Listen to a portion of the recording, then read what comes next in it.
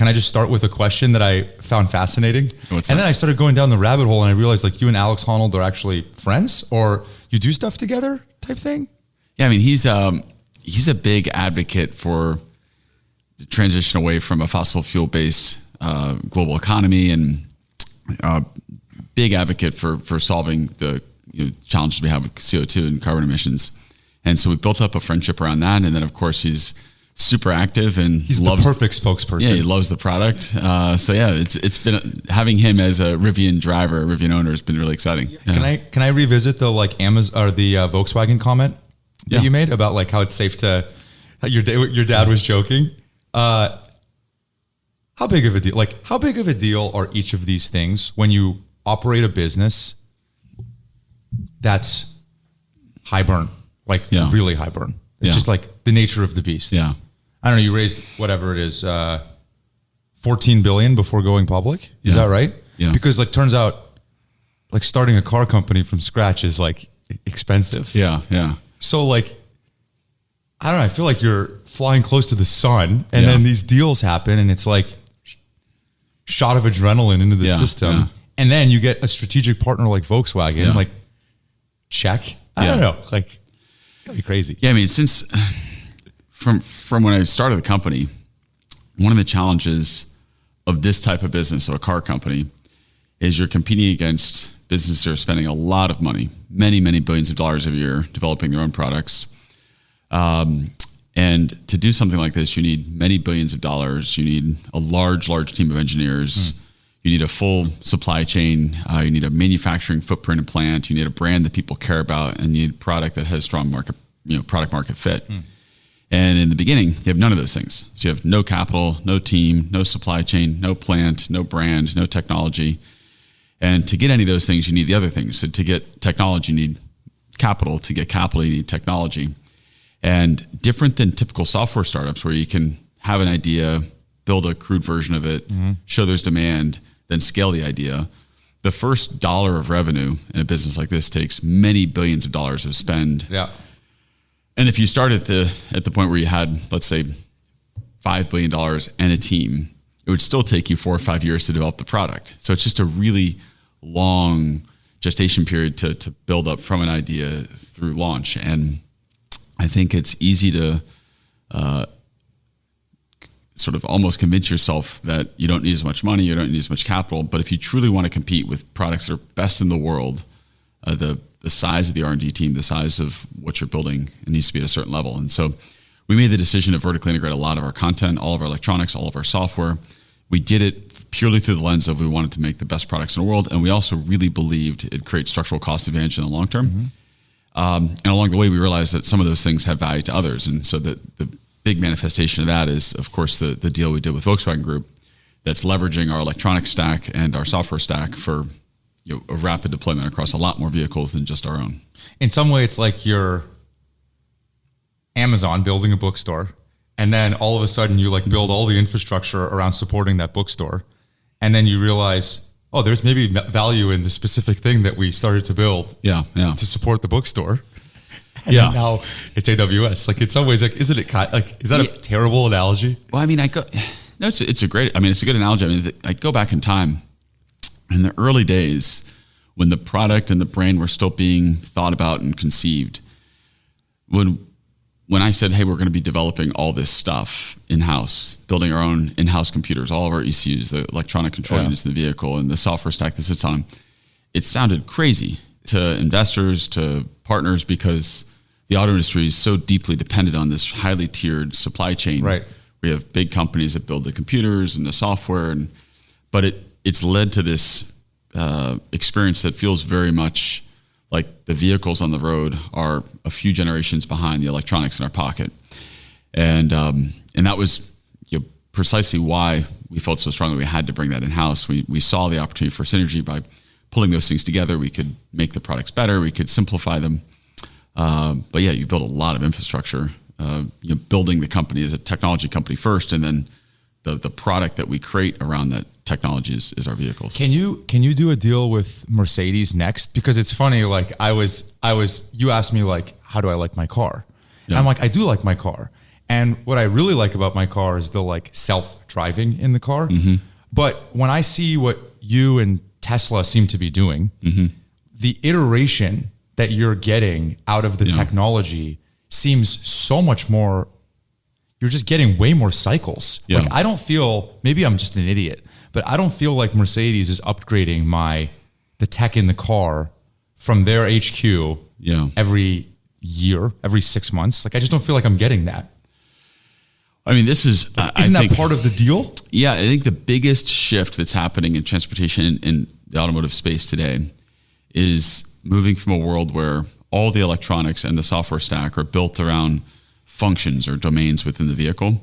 And the supplier of, let's say, your seat provides a little computer that comes with the seat, and all of its functions are linked to that computer. And you end up in the vehicle with 70 to 100 of these little ECUs, these little electronic control units or computers. But they're very hard to update, especially update in a holistic way. And a good example of that is when you approach the car, there's a whole host of things you want to happen. The vehicle needs to unlock, the seats need to put themselves in the right spot, the vehicle needs to make an audible sound on the outside, the thermal control, the HVAC system should come on, the battery should precondition, the motor should get prepped, all this stuff should be happening. And for us, that's really easy because all those steps are happening on Rivian computers with Rivian software. If you wanted to change that sequence in a traditional car, you've got to coordinate across so many different companies. You've got the seat company, you've got the vehicle, the locking mechanism in the doors, the connectivity platform, the battery management system. All these are different technical islands, if you will, of both hardware and software that now need to be updated or changed simultaneously. And it's just something as simple as what happens when you approach the car is so hard to change that you see very few changes happen to the car post-launch, even if it has that ability, even if it's a connected vehicle that in theory could do over-the-air updates. The updates tend to be very few and relatively shallow. They're not going deep into the system. And so rethinking the whole car around this is an integrated computer that's going to continually get new software. It's going to continually get better. Is a massive paradigm shift in terms of how we think about our vehicles. How many nodes are there in a traditional car manufacturer's supply chain to get like one car done? Like how many suppliers? Yeah, like what is that diaspora of suppliers? How complex does that web get? It can be, well, if you look at it in terms of number of parts, typical car has maybe 3,000 purchased components that get assembled into a vehicle in a plant. Okay.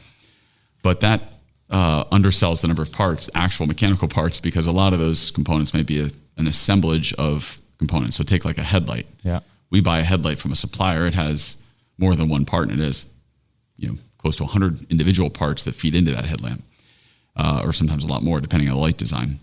So cars typically have 30 to 40,000 discrete components inside of them. And this is what makes the supply chain so complex, because underneath the tier ones that are supplying us, there's tier twos supplying them and tier three supplying them. And so any piece in that system that breaks could shut down the whole operation, shut down the whole plant. And so we saw that, of course, in 2021, 2022 with some of the supply chain crisis that we encountered. But isn't this also why people call you crazy for deciding to go build all of this in-house? Well, one of the advantages on the electronic side is that's as I described, such an area of differentiation in terms of your experience with the car, the ability to continually update it. Bringing that in-house has advantages from a customer-facing point of view. It also simplifies the architecture. You need a lot fewer computers. So we have 7 computers that run the whole car versus 50 to 100, 75 to 100. So much simpler architecture. And then we can actually change components if something happens. So if there's a disruption to one of our silicon providers, we can move. It's not like we can press a button and move that day, but we control the computer assemblies, so we can decide to make those changes should we need to. And the deal with Volkswagen, how did you construct it for them to consume the Rivian technology? Well, it's a $5 billion deal. Yeah, it's so the parts of the deal we've announced. It's a $5 billion deal in terms of capital that flows into Rivian. So there's an investment component, a technology licensing component, but that doesn't talk about any of the details of us providing content to them through this joint venture structure. So there's additional elements to the deal that we're going to announce that are positive elements that we'll announce later.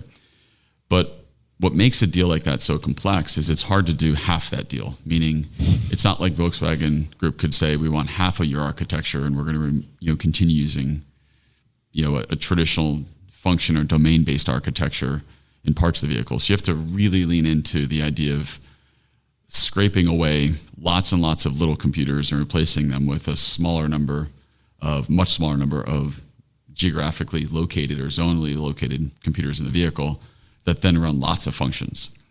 And but if you make that mental leap and you believe in that as an architecture, which of course they do, it simplifies a lot. You have a lot fewer suppliers. Software becomes a much more manageable part of the technology stack. And it takes a lot of cost out. It takes thousands of dollars of cost out because you're removing all this extra unnecessary over-designed hardware. Isn't that kind of, I'm just thinking out loud, but what the F1 cars are like too? Doesn't, for example, I don't know, pick your random F1 company. Doesn't Mercedes make the engines for them in some cases? Do you see what I'm saying? Well, so I think maybe in a sense that engines come from a single manufacturer. I think the difference here is,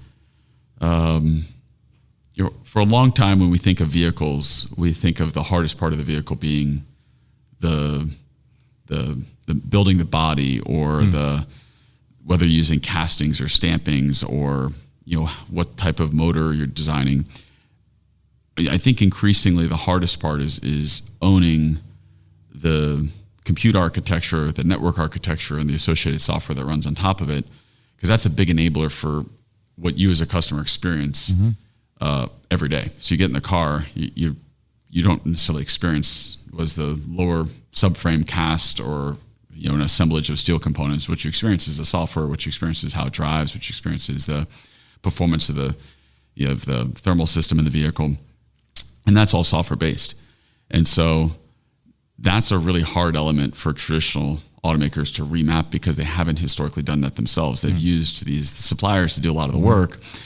And somewhat ironically, it started with electronic fuel injection. So if you go all the way back to the 1960s, the first computers in a car were these little electric fuel injector control systems.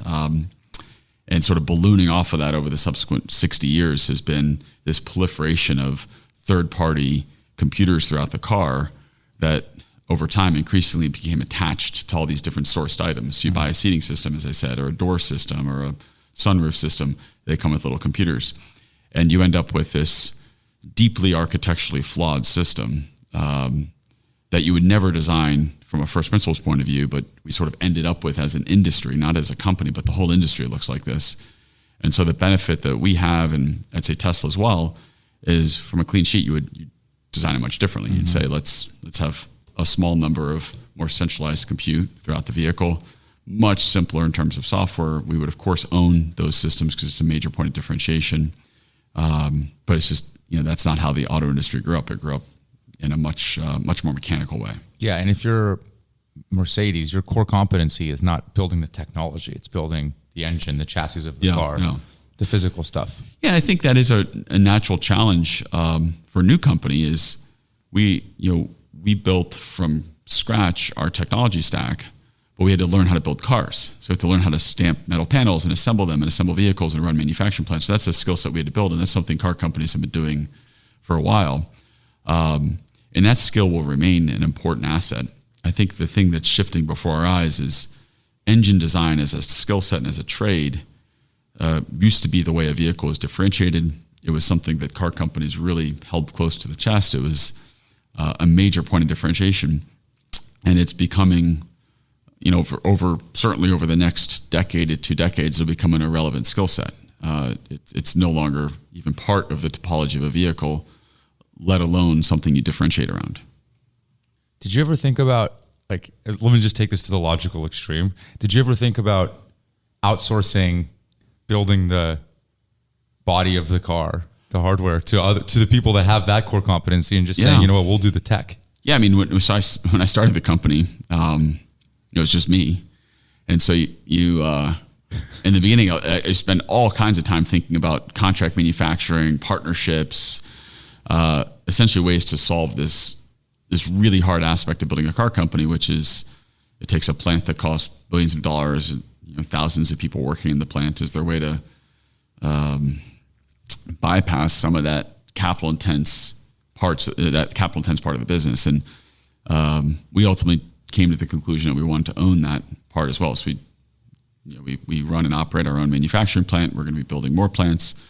But a lot of industries with physical end products, they do rely on contract manufacturers. And so it's just in automotive, it's the reason it never really took hold, the significant role for contract manufacturers is the cost structure is so aggressive, and you already have a highly tiered supply chain that adding any margin stacking on top of that supply chain for someone to make, let's say 10, 15% margin on assembling the vehicle, there's just not enough room in the economics of the vehicle to pay somebody to do that. Where it's very different than, let's say, a phone. Like a phone has enough margin structure you can rationalize paying someone 15% to assemble the phones.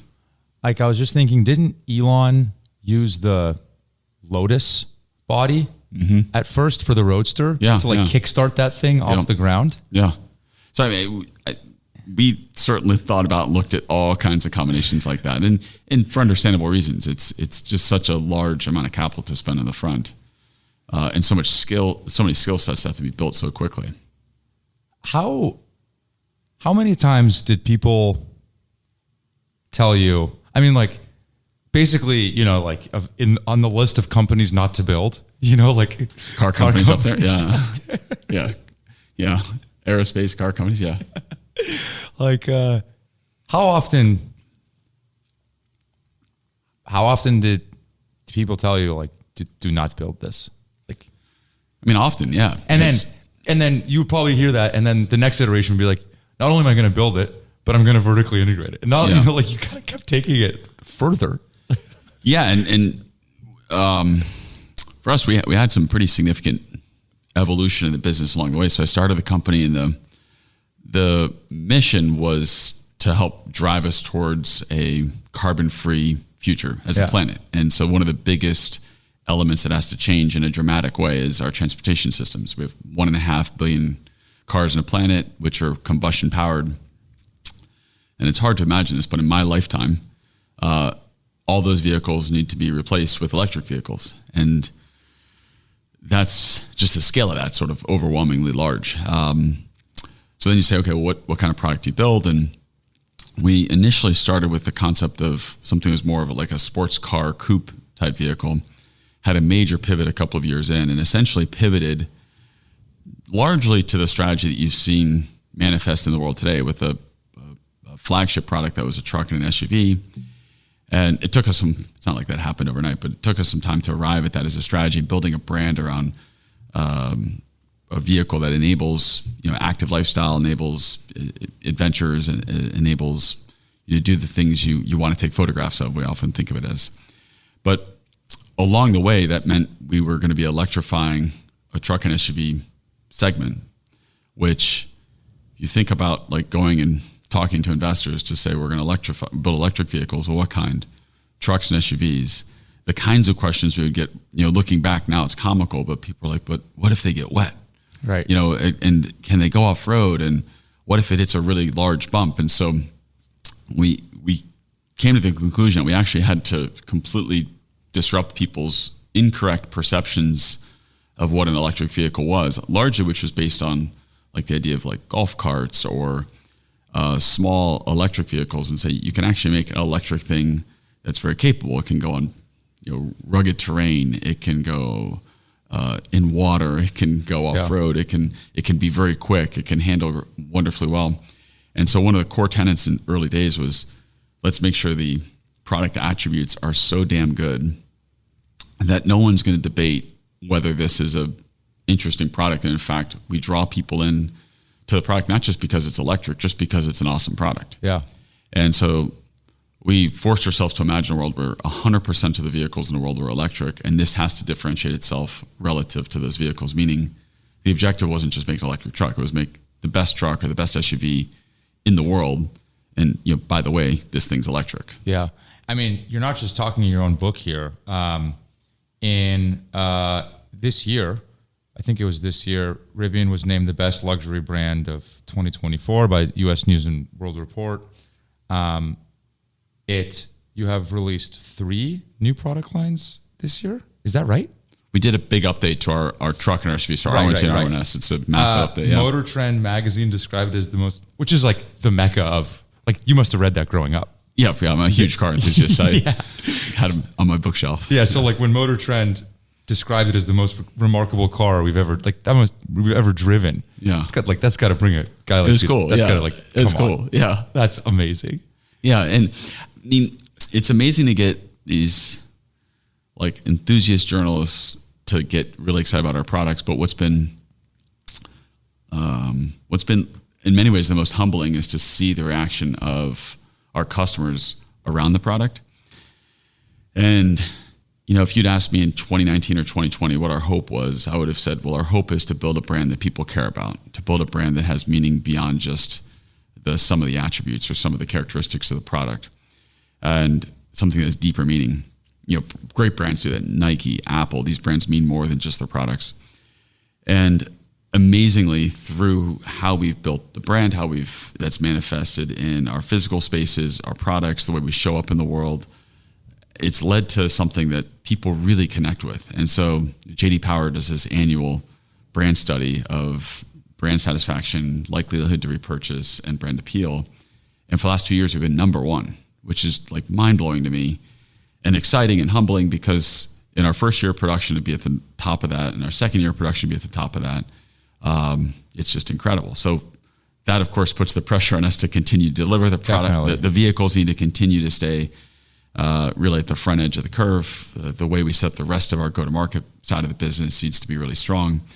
But yeah, we're really focused on that as it's something we drive inside the business. When you built the sports car, can I just revisit that for a second? Yeah. How long were you building the sports car for? Like 2 years. Did you build the sports car? We made one. You made one sports car? One little. It's like. And who's we? How many people? I was going to say, so the challenge with starting this is in the beginning when you're 10 people, the things you're working on probably are going to, they're probably hacks. They're probably not really the full production. Oh, thank you. Not the full production version of what we'll ultimately build. And so in those days when we were working on that, it was like really conceptual. It was very like prototypey, not things you could really take to production. And so when we shelved it, it felt like, we're walking away from something we've worked a lot on. But the reality was we were 0.1% of the way there on the product. It's hard to fully appreciate just how much goes into developing a vehicle thoroughly, like to make something that's like, soup to nuts. It's really, you need thousands of engineers. This isn't. And so how many people actually worked on that car? On the original, it was like 10. 10. Yeah. And after you made one, and like a mule, like a rough thing. So you do one, and you're like staring down and what are the biggest car manufacturers? How many do they make? 8 to 10 million. 8 to 10 million a year. Yeah. Okay, so like that's the end. That's the terminal state, right? Yeah. Hopefully. Hopefully. Yeah. So like you make one, and you're like, okay, that was really hard. At that point, did you not just say, I don't see a path from here to? No, the reason for the change in direction was,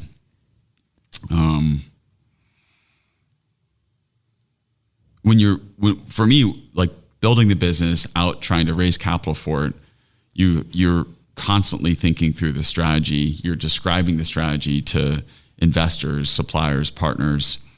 And as you do that, in your head, you have that feeling of like, do you really like connect with and believe fully, like deeply in the thing that you're trying to create? And I had this like the nagging feeling in my gut that something wasn't right. And what was wrong was the original strategy wasn't delivering on building something that didn't exist in the world. It wasn't delivering on opening up minds and opening up perspective on what electrification could mean.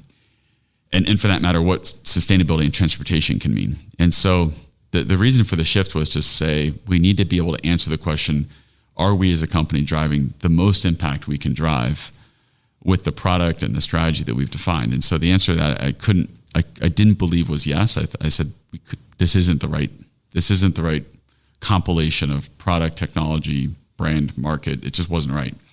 So when we reset, it was a clean reset, and we spent months singularly focused on how do we drive the most impact. And it was a very logical step to then arrive at building vehicles that enable active lifestyles, the brand potential of that around products that typically are very inefficient, led us to what you now see in Rivian. And so it wasn't at all obvious. Like looking back, I can tell the story more directly like that in 2 minutes, but in the middle of it, it was much more chaotic, a lot more looking at many different segments, many different types of vehicles, many different products. But that gnawing feeling that you had at the time, did you know, like, couldn't that gnawing feeling have been, am I good enough to do this?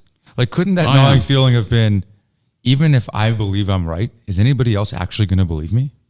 Like, Like, how did you know that the gnawing feeling was, you know what? It's the product. Yeah. It's a great question. I think I assume this is true for anyone building or starting or growing a business, that you do have that psychological balance of maintaining confidence in a world that's maybe telling you no, or in a world that's rejecting an idea, and going through the layers of self-doubt.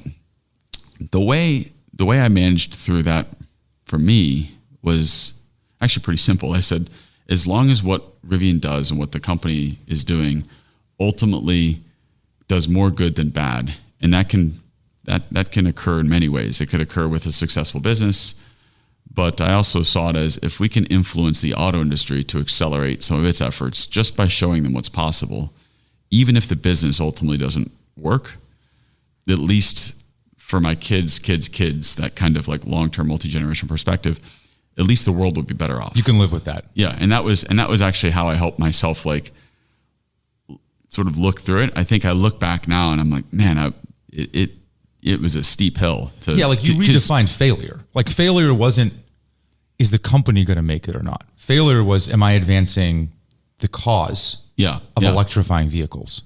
Yeah. And I do think I'm a huge car enthusiast. I simultaneously really care about having a planet that our species and the world can live on. And we are dramatically changing the composition of our atmosphere to a degree that we've never done in the history of the planet. And I think the scale of that as a challenge for our society is enormous. It's when you really get down, it's like take a step back and reflect on it. It can be a scary thought. And so I felt I was deeply compelled to say I want to be part of solving that. And I think the most effective way for me to be working towards solving that, albeit at a high risk, but nonetheless the most effective way, is to not go work within a large existing car company, but rather to create a product family and a business that is trying to do something much further and much faster than what those at the time were doing. And for that matter, back in 2010, 2011, these were really foreign concepts. And so I was really happy as we started to make progress and we started to show these things that, like, we unveiled our product in 2018, and it caused a lot of people to react. And certain car companies were like, we're going to go faster. Ford made invested several $1 billion into the company. Absolutely. Into Rivian. Yeah, into Rivian. Absolutely opened their eyes to electrification. So those were like, for me, that was like, okay, great. We've helped create more eyeballs, both at like senior executive level within existing incumbent car companies, put more eyeballs onto this as an opportunity. But of course, I wanted to make the company successful as well, so we were going for that. But that was always something early on that helped me balance that. 2011 was when you started building the sports car? I started the company in 2009. 2011 was when we pivoted. And then 2018 is when you released this Rivian? When we showed it. We didn't start delivering it until 2021. So 2009. It's like 10 years between I'm going to start this company to I'm going to deliver my first real product. Yeah. 10 years. Well, it's a little more, but yeah, that's 2009, first product delivered in 2021. And as you said, started with zero capital. We ultimately raised $14 billion. In between that time? Yeah, between 2009 to 2015, we didn't raise much capital at all. And then we raised a lot of money as we got closer. We got closer, yeah. Where people were like, oh, this guy actually might do this. Yeah, so it's a classic example of, imagine I was pitching you, and so I want to start a car company. You say, well, great. Tell me about the product. Well, we haven't really figured the product out. Well, at least tell me about your team. Well, it's those 7 people over there. Well, how about the suppliers? You must have a lot of partners. Well, we don't have any partners yet. All right, well, where's your manufacturing strategy? Oh, we have to go build a plant. Well, what's the brand? We haven't really figured that out yet either. So you have like this enormous risks with all these unproven elements. And so the early capital in is really was an investment in myself, an investment the early team. Yeah, and the early team. And that was it, because there was no combination of the other factors that would have led one to in any way believe there's a high likelihood of success. Yeah. Like you couldn't have looked at 7 people, 10 people, 15 people, whatever, no money, no tech, but they believe they can develop the tech, no product yet, but they believe they can develop the product, no suppliers, but they believe they can convince hundreds of suppliers to work with them, for simple things like tires, windshields, seats, things we weren't vertically integrating. So it just took a long time to get that build up. And I used to always joke to say it'd be much easier to start a car company if you started with $1 billion. Like it's, or go start an easier business first, have the success of that to then go. Yeah. Or like do the Bezos and like go start Amazon and then go start a rocket company. Yeah. It's just, or Elon. Yeah. It's just a very hard business to start from zero capital. Yeah. Because the early capital is such high risk, and it's very hard to raise that early capital. And how much did you raise until 2018? How much were you, like, before the floodgates opened? We'd raised, it went from, like, the first money in was my dad and I put money in. We refinanced houses that we both had. Then it was somebody that I knew from my childhood that I'd restored classic Porsches with that invested. And then it went from there to from hundreds of thousands to low millions. From low millions, we built one of our still largest shareholders built a great relationship with them. It was through MIT. I went to MIT and built a great relationship with school. Met with an alumni that was really bought into the vision, and through a series of investments that grew from tens to low hundreds to then, of course, we started raising billions of dollars. And then Bezos got involved. Yeah. And then, but it was really important. The way we capitalized the company. Some of this was accidental. I look back and it was like good fortune or good luck in terms of how that played out. But we brought in some of those early investors. They really believed in the mission less than the strategy. So we were able to be hyper focused on delivering on this broader mission, but quite flexible on how we execute on the strategy. Mm-hmm. And so from like 2010 to 2015, there's a lot of moving pieces. If I were to show you like some of the early truck concepts that we had and vehicle concepts, there's really very little similarity between what we ultimately launched. The gear tunnel, this storage that goes through the side of the vehicle, that was in the early concepts. But other than that, it was really big iterations, which was necessary and ultimately proved to help us get to where we are today. Did you ask your dad to put a lien on the house, or did he do it? No, my dad also, he's an entrepreneur. He started a business and he does a lot of work in like the defense space, smaller R&D company, but he's always been a huge believer in me. And so he was from the very beginning, this wasn't a crazy idea, Tim. So when I was like, before I even went to college, I said, I want to start a car company. He's like, yeah, that sounds like a great idea. Just go to college and then do it after that. So to him, it was not crazy, which was, looking at now, that was really important because if when I was 16 or 17, if my dad had said, well, you sure you want to start a car company? Right. It could have changed my whole orientation, but it was just so ingrained in me that was a there was a world in which that could lead to a positive outcome. Like there was a non-zero chance of that being successful. And in his eyes, it was like, of course it'll be successful. I think I look back and I think that was just his, his attitude, but also his belief in me. And first you loved cars.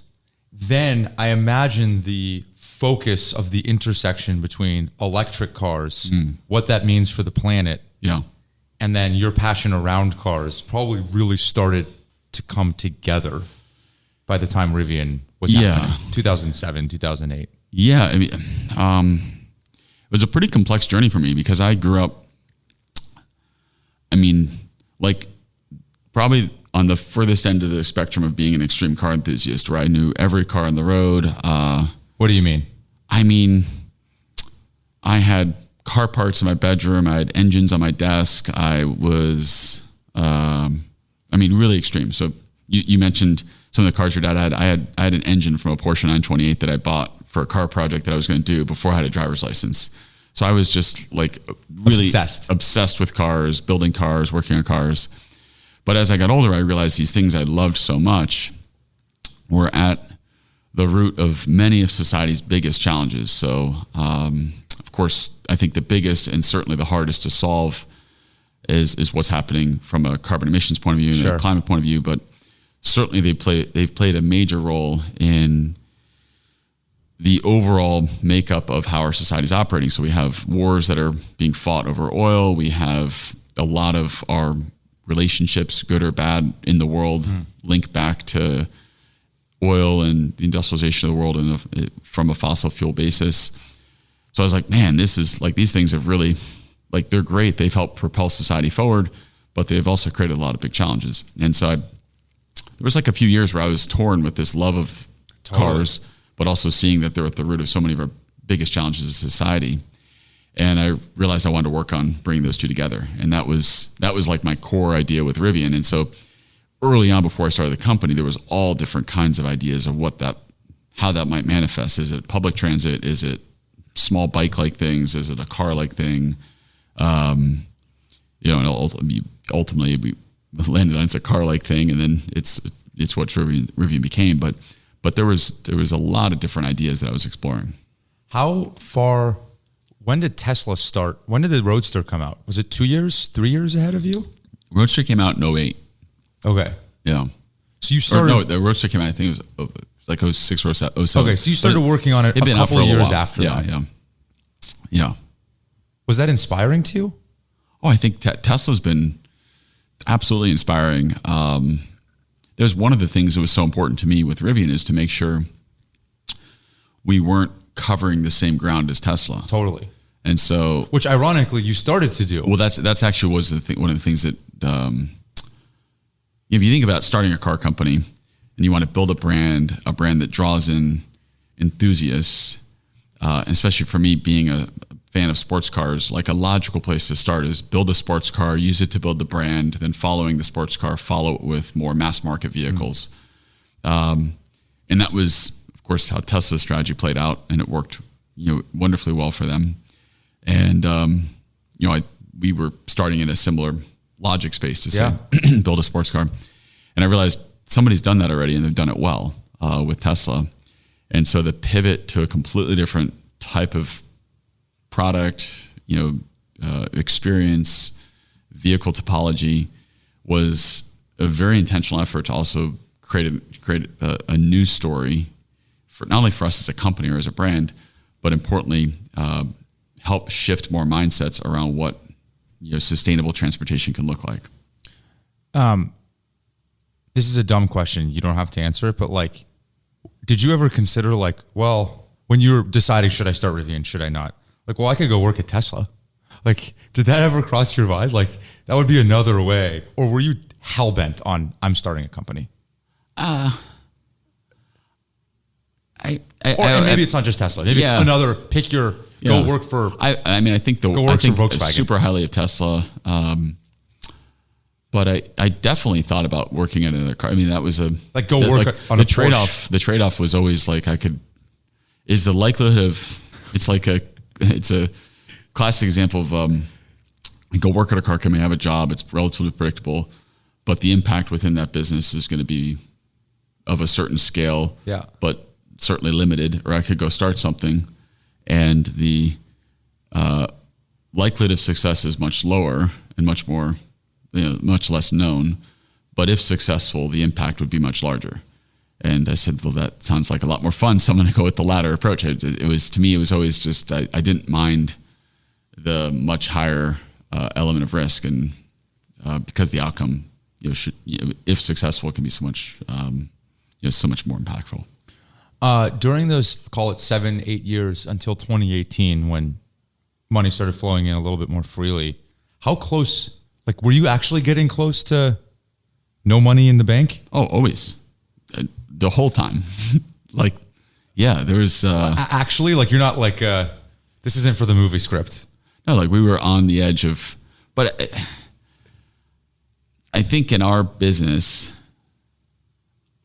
Like, you were worried about payroll? Oh, yeah. It's different than a traditional, let's say, software-based startup, where you can raise a lot of capital off the idea, and then the idea can start to generate revenue, even if it's not covering cost. It creates a different dynamic where you have more spread between the amount of capital you need and the capital, the balance sheet, the cash on hand, and sort of your burn rate. And for us, because the risk was so high, and because there was so few commercial proof points with paying customers, it meant that the investor base had a much tighter relationship. So capital wasn't provided in a way that would provide, we couldn't raise capital where it's like, I want to solve for 2 years of runway or 3 years of runway. It was rather, we're going to solve through this next milestone 3 months from now. And if we hit that milestone that we've talked about with our investors, another slug of capital will come in and keep the company going. And it wasn't until like 2017, 2018 that we started to see more, like, basically get more air to breathe. So you're not having to sort of go for 3-4 months of runway, but rather have years of runway. Are you a good sleeper? Generally, yeah. But I think I almost found that you can't acknowledge the reality of it. You have to acknowledge, it's a subtle thing. You have to recognize the risks are very high, and there's lots of ways it can go wrong. So you don't want to be flying blind, but you also have to spend as little time possible thinking about how it fails and finding the challenging but possible way for it to be successful. So was it highly likely that things would connect the way that they did, such that allowed us to launch a product, build a brand, do what we've done? It wasn't highly likely, but was it plausible? Yes. And the core part of my job was mapping how to make something that was plausible, actual, like turning that into reality. So it's like lots of things that you look at and the dots connected, the right investors, the right brand positioning, the right product decisions. Yeah. And I think the challenge we have as a public company is we are very much thinking across multiple, it's a chess game where we're thinking, what are the things we need to invest in? And people look at it and say, well, you're still losing money. And we say, read our S1. We plan to invest heavily into growing a base of technology. The markets change, things are different, but we're very focused on the long term. In our view, in the long term, the world's 100% electric. The nexus of power, if you will, in terms of what creates differentiated customer features, experiences, is around software and electronics. And we've leaned massively into that in a way that might look irrational from a 2024 P&L point of view, right? But is absolutely, in our view, if you believe in the long term, a winning strategy. Yeah, it's just a tough company to be public right now. It's a tough company to be public, yeah. Like, really tough. Yeah.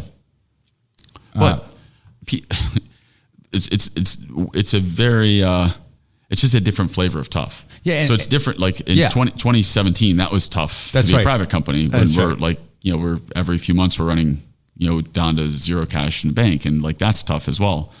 And so Yeah, but it's not that much less tough. Like you went out at $120 a share and you're like, whatever, like $15 a share now. Public 78 and 15. So it's like, that's tough. It's just a different version of tough. Yeah. Like you're not out of the woods now. Yeah, totally.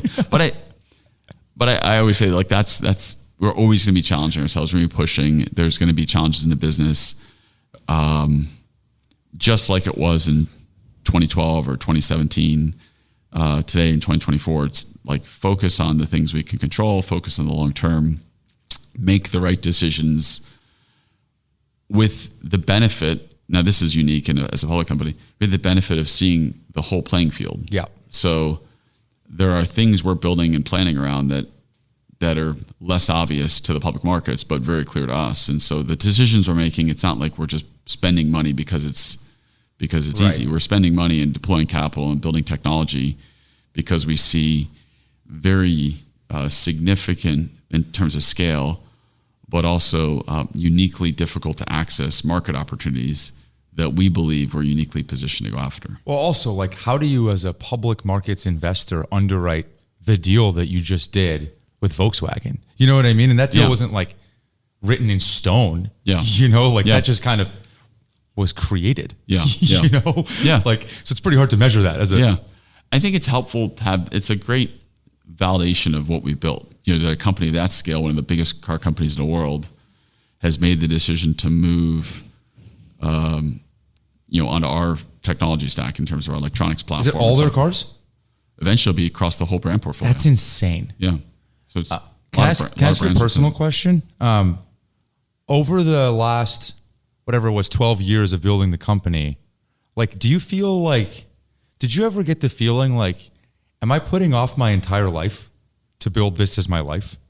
Like, did you ever get that feeling like, I don't know, like, I have no idea, but like, you can't build a company like this unless it's literally the only thing that you obsess about. Tell me if I'm wrong.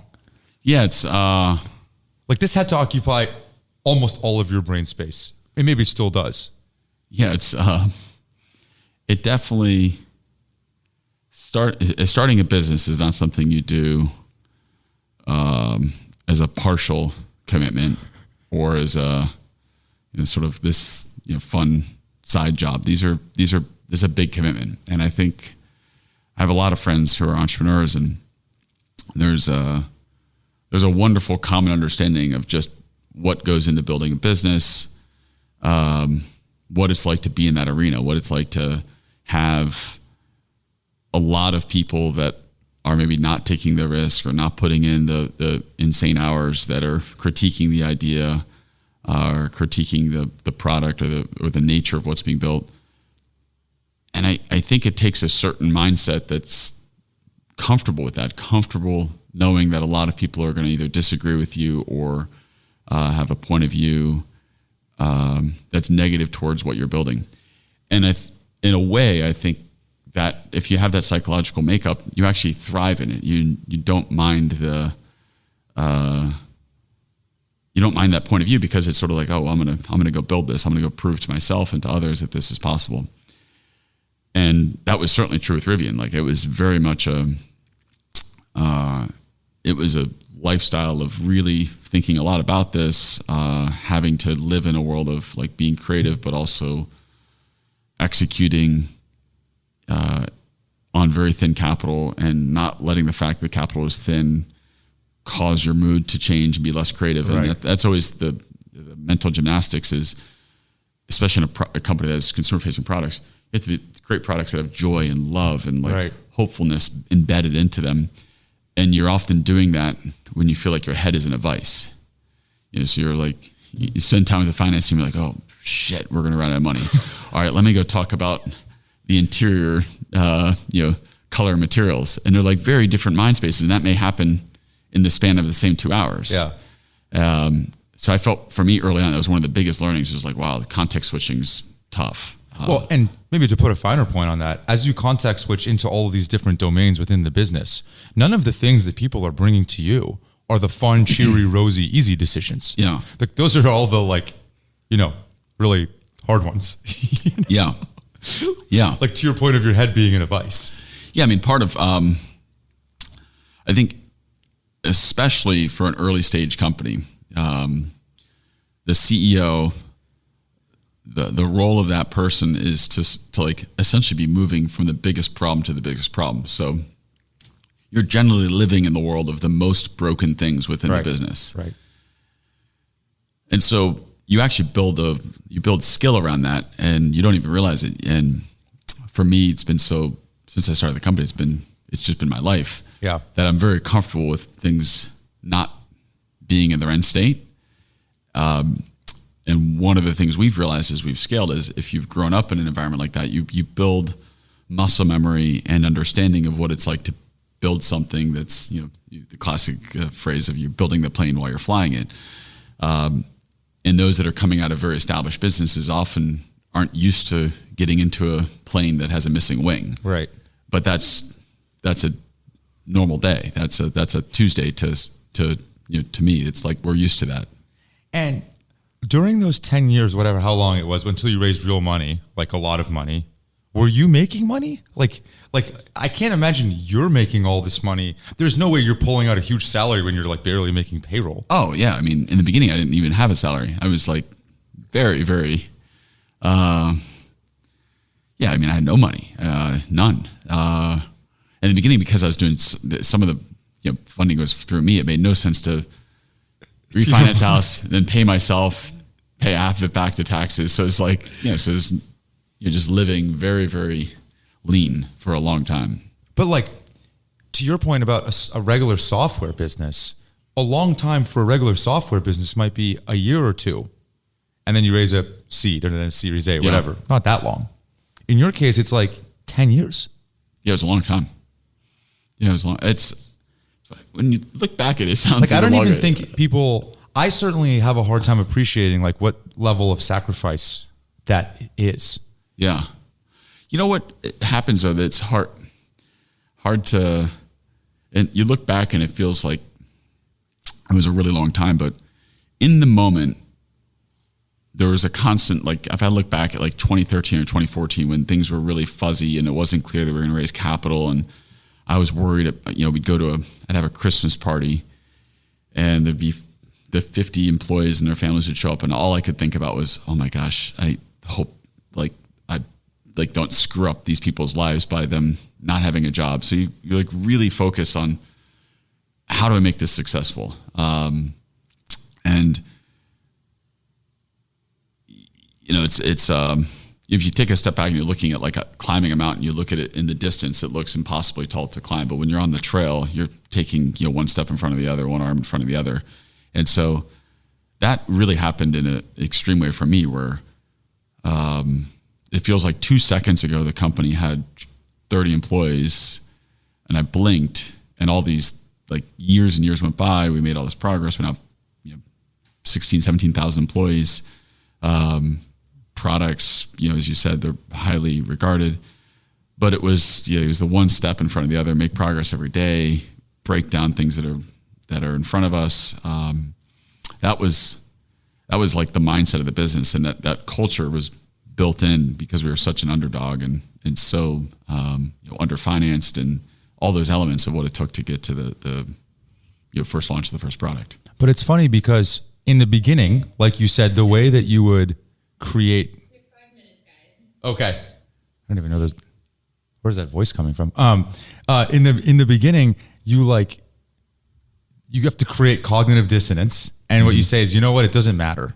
If it fails, at least I advanced the cause forward. And then eventually you're like at a holiday party and you're like, like, no. Like they bet on this. Like this can't fail. Yeah. I remember that because the risk is so high in the beginning, every employee was like 22 and no kids. And then I remember when we started hiring people that had families, and that just created a different weight. Like for me, I was like, I'd meet someone and be like, oh, meet my kids. I'm like, saying hi to them. And the entirety of my thought was around, okay, I can't screw this up. This is so like there's all these conflicting emotions that I had Is this just a giant exercise in generating more carbon into, putting more carbon in the atmosphere? Are we just wasting dollars? Are we wasting time? Is this the right product? Is it the right strategy? Am I capable of doing this? All those thoughts all combining. But, at the end of the day, I tried really hard not to let that be overly distracting. But I mean, of course you go to bed at night and you're like, oh shit, this is going to be. And you could sleep actually? Most of the time, yeah. That's amazing. Can I ask you, with the amount of decisions that you have had to make and that you make every day, and you like being in the decisions, right? Mm-hmm. Like I don't think you can do a business like this unless you're in every freaking detail. Yeah, I'm very close to the product. Like, and you like that. Yeah. Like, yeah. I say control freak in a nice way. Like, would you consider yourself that? In certain areas, I think I have a strong point of view. Yeah. Like you're in all of it. But I think one of the things it's important to note, this is something I had to learn and grow as in leading the business. The quantity of decisions just around the product is so large. There's many millions of decisions that have to get made to launch a single vehicle. So by virtue of how many decisions there are, it's not possible to make every decision. Meaning if I was deciding everything, nothing can get done. So you have to start to build a system that can make decisions on a distributed basis. So like today, in any given day, if you say across the engineering team, let's say every engineer is making 5 decisions, we'll make 25,000 decisions a day. And so maybe I'm going to participate in 0.1% of those. Maybe I'm participating in, or influencing a small fraction, but actually the system of how products are developed and how we make decisions becomes really important. And then how do we create mechanisms of alignment across all those decision makers, all the way across all the engineering aspects of the business. And so that was something that early on, I was on a computer designing parts in CAD. Mm-hmm. I mean, truly. And then it evolved to, I was in design reviews of CAD, and then it evolved to, I'm in some design reviews with CAD, but not all. And then it's like, what are the things that really matter? And then how do we create points of influence throughout the business? And so today the product organization reports up to me. I'm our chief product officer as well.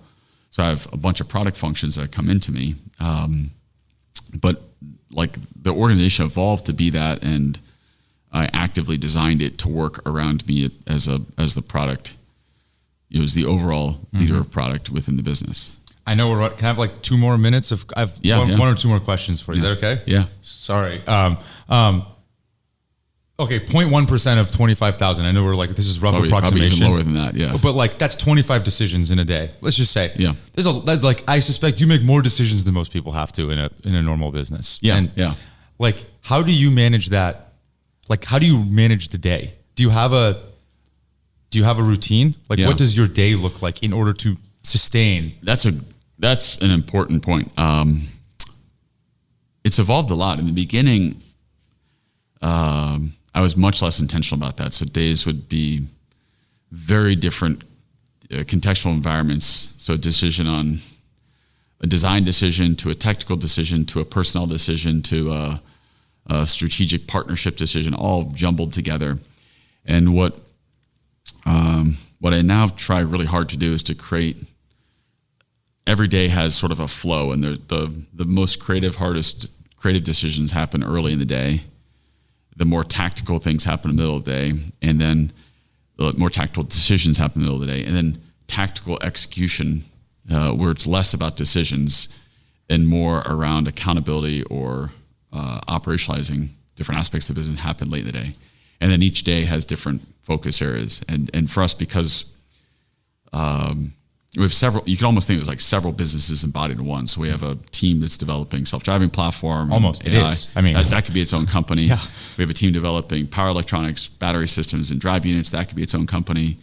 We have a team that develops computers and designs the whole system, software stack from the base OS all the way up to the application layer. That could be a company.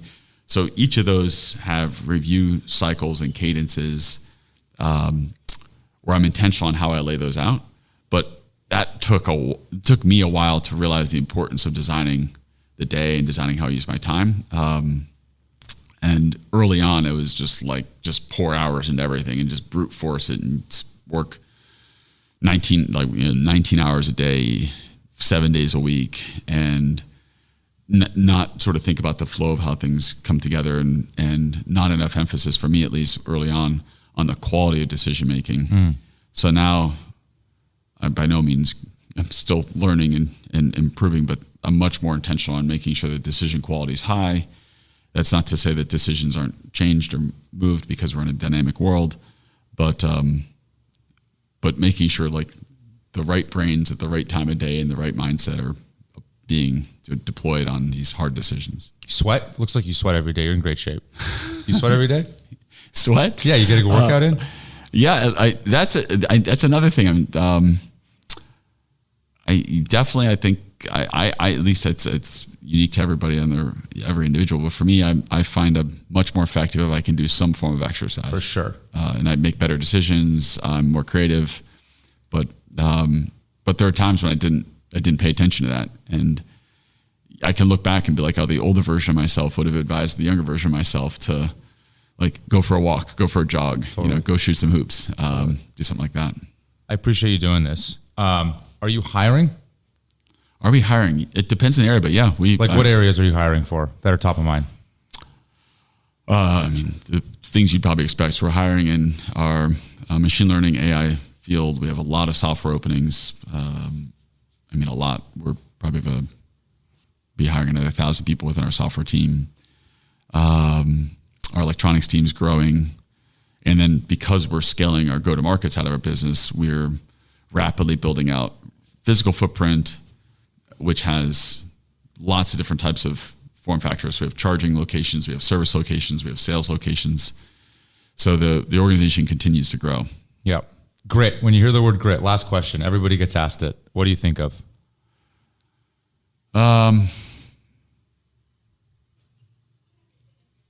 I think of when you're working on something and you have challenges or pain, just continuing to push through it. So like if you've